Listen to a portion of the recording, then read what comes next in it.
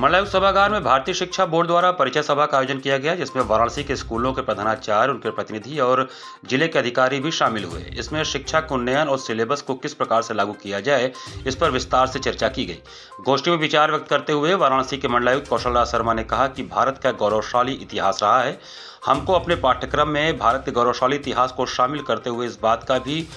आने वाले विद्यार्थियों या वर्तमान में पढ़ने वाले विद्यार्थियों को दिशा करना होगा कि किस प्रकार से हमको आज़ादी मिली है और हमको इसको बनाए रखना है, क्योंकि पूर्व के कटु अनुभव रहे हैं कि किस प्रकार से व्यापार के माध्यम से विदेश से लोग यहाँ पर आए और यहाँ के लोगों को गुलाम बना लिया। यह मानसिक गुलामी के साथ साथ शारीरिक गुलामी भी थी। आज भी ई कॉमर्स ट्रेडिंग कंपनियों के माध्यम से लोग भारत के व्यापार को अपने चंगुल में रखना चाहते हैं, जबकि हमारा खुद का यहाँ का व्यापार और इतिहास गौरवशाली रहा है। इसलिए हमको ऐसे इतिहास के बारे में भी पढ़ना होगा कि किस प्रकार से हमने अपने अस्तित्व को पुरातन काल से बचा कर रखते हुए उसको सोने की चिड़िया बनाया था। हम पाश्चात्य संस्कृति गुलाम न हो, इसलिए इतिहास से सबक लेते हुए वर्तमान को संवारने का कार्य करना है।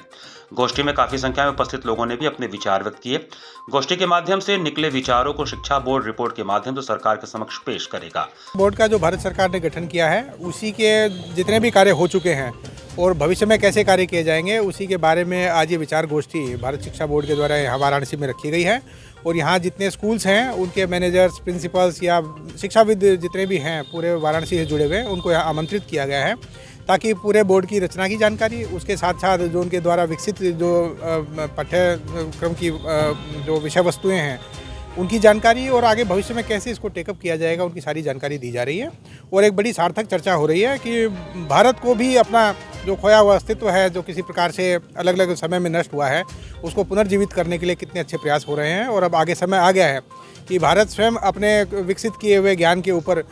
खुद का राष्ट्र का निर्माण अब एक नए सिरे से करें और साथ ही पूरे विश्व को भी एक उसका प्रकाश आगे प्रसारित कर सकें। तो बड़े ही सार्थक गोष्ठी हो रही है और बड़े सार्थक विचार यहाँ पे व्यक्त किए जा रहे हैं। और मैं प्रयास करूँगा कि वाराणसी में इस गोष्ठी के साथ आगे भी इनकी अच्छी गोष्ठियाँ हों, ताकि ये जो इतनी अच्छी चीज़ें भारत सरकार के द्वारा की जा रही हैं, इसकी जानकारी ज़्यादा से ज़्यादा लोगों तक